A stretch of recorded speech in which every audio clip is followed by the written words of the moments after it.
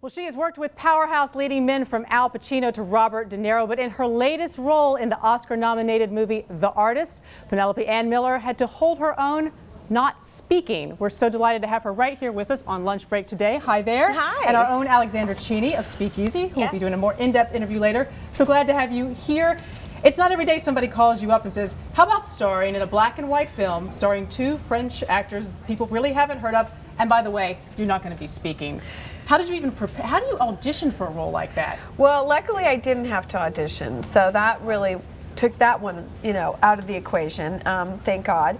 But it was definitely very bizarre to get a call from your agent about someone making a silent film in 2011, and apparently a lot of actors that he represented, weren't even going to go near this because it's who's going to go see a silent film, and then how do you act in a silent film? So, I just thought I was very intrigued, and I met our director, Michel Hazanavicius, which it took me about a year to pronounce his name. And then, as you said, I didn't know the two leads who were already cast, but I was very intrigued. And I did the movie Chaplin years ago with Robert Downey Jr., and I did play a silent film actress in that film, and we reenacted some of the scenes from Chaplin movies.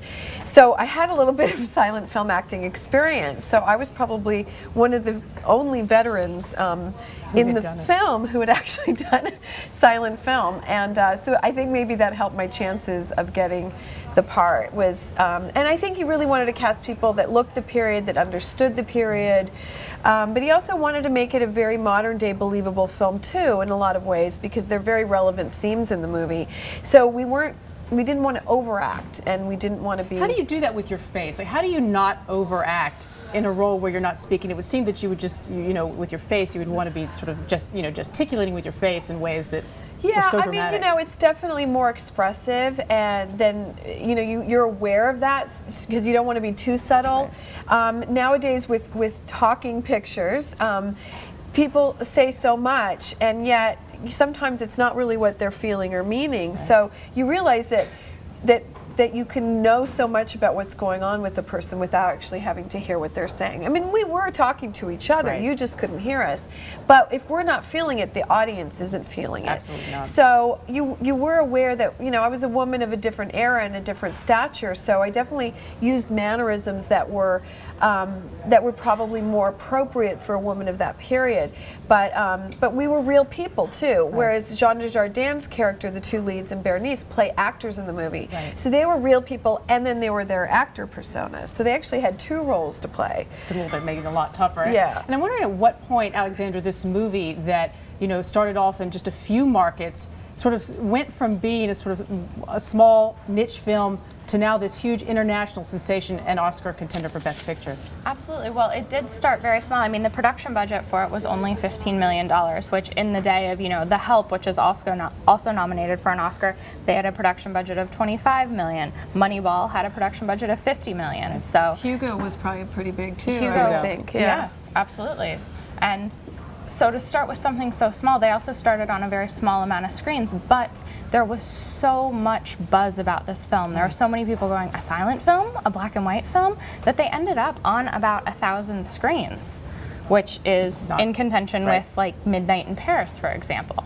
But Midnight in Paris was out a lot longer, had an advanced lead. And you've obviously started with so many big very powerful male leading actors, Al Pacino, Marlon Brando, Sean Penn.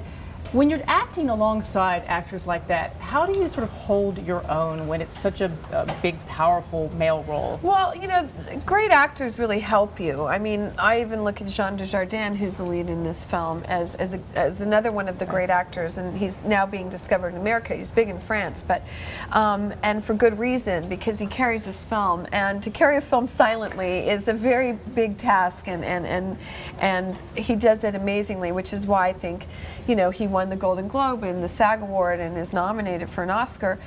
So when you're working with great actors like that, they feed you. Right. They give you so much to react to, because I don't know who it was like Spencer Tracy, acting is reacting, and it really helps you. You sort of rise to the game. It's like when you're playing with a great tennis player, you sort of have to step up to the plate. What should we know about him that we don't know about him? Give us one little detail. He's a great impersonator. In fact, he does a great Robert De Niro. He does a great. And he does it in French. The taxi driver sees like, "Oh, you talking to me?" And he says, "You know, whatever he says in French." But he's a great impersonator. He's a great mimic. I mean, he's really known as a comedian in France. He's done mainly comedy, and he did these spoof pictures, these sort of James Bond spoof pictures with our director. He'd worked with two other times.